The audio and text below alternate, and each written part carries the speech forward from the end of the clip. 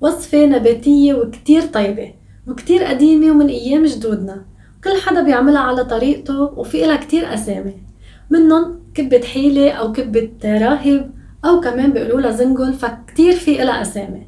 واليوم أنا رح أعمل كمية كتير صغيرة اللي هي نصف كوب من البرغل الأسمر الناعم، فيكن تحطوا الأشقر، طبعا غسلتهم كتير منيح وبصفيهم من المي وبحط عليهم شوية مي يعني تقريبا ربع كوب، وبخلطهم كتير منيح مع بعضهم وبخليهم على جنب لحتى حبة البرغل تشرب المي وتفتح. وهيك صار البرغل من بعد ما شرب المي. شوفوا كيف، مثل ما قلت لكم انا هون عم بعمل كمية كتير صغيرة، يعني حطيت نصف كوب بس من البرغل وحطيت معه نصف كوب من الطحين. قد ما بحط برغل بحط طحين، وحطيت كمان ملح وكمون وبهار اسود او 7 بهارات اللي موجود عندكم. كمان بحط شوية مي وبعجن، ما تحطوا مي كتير، فمثل ما شايفين انا وعم بعجن بحط مي. فالمهم انه نحصل على عجينة تكون كتير ناعمة وطرية شوي، ما تكون كتير طرية وما تكون كتير ناشفة. فهذا هو القوام اللي لازم نحصل عليه بالعجين. شوفوا كيف نضغط عليها، هيك لازم تكون مش كتير ناشفة ومش كتير طرية، اذا كانت كتير طرية رح تفرط معكم. فهذا هو القوام اللي لازم نحصل عليه بالعجينة، ونعجنها كتير منيح لحتى تكون معنا مثل المرهم. وبناخد قطعة كتير صغيرة بنكورها بإيدنا وبإصبعنا بنعملها بهذا الشكل. ضروري نحطهم بصحن يكون عليه طحين حتى ما يلزقوا ببعض. شوفوا كيف بنعمل حبة صغيرة، ما تكبروها كتير، بنكورها بإيدنا وبإصبعنا بنعملها بهذا الشكل. فلازم نغلفهم بالطحين لحتى ما يلزقوا ببعض. وبطنجرة على النار حطيت زيت زيتون، وكمان حطيت بصلة مقطعة وثوم مهروس. عندي هون تقريبا 3 أو 4 حصوص من الثوم المهروسين بقليهم مع بعض.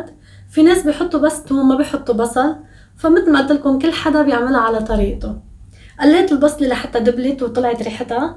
بعدين بحط كوب من الحمص المسلوق، طبعا صفيته من المي، وبقليهم شوي مع البصل والثوم. وبعدين بنضيف عليهم 3 أكواب من المي.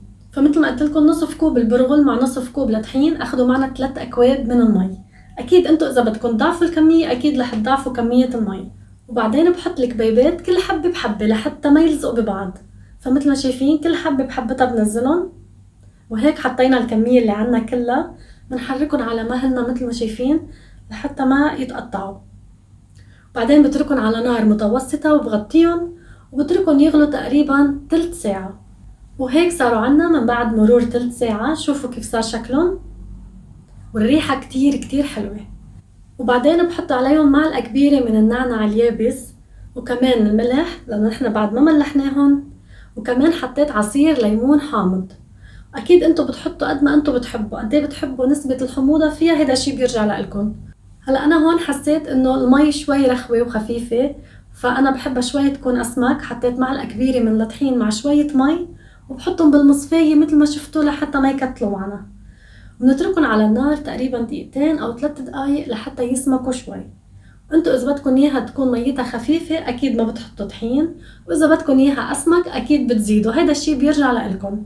بعدين مندوق اذا بدها ملح بدها حامض، بنزبط لها ملحها وحامضها ومنطفي عليها. شوفوا كيف عقدت وصارت عنا بهيدا الشكل. طفيت النار وهلأ بدنا نسكبها. وهيدي الوصفة كتير طيبة هلأ خصوصي بالشتاء وبالبرد، كتير بتدفي وبتشبع. وإذا حبيتوا طريقتي وعجبتكم ما تنسوا تدعموني باللايك والاشتراك، وإذا عم تحبوا هيك وصفات اكتبولي بالتعليقات لحتى نعملها مع بعض. وأكيد بنقدمها مع زيت الزيتون على الوجه. وهيك صار عنا أطيب كبة حيلة، بتمنى تجربوها. وبشوفكم بفيديو جديد إن شاء الله.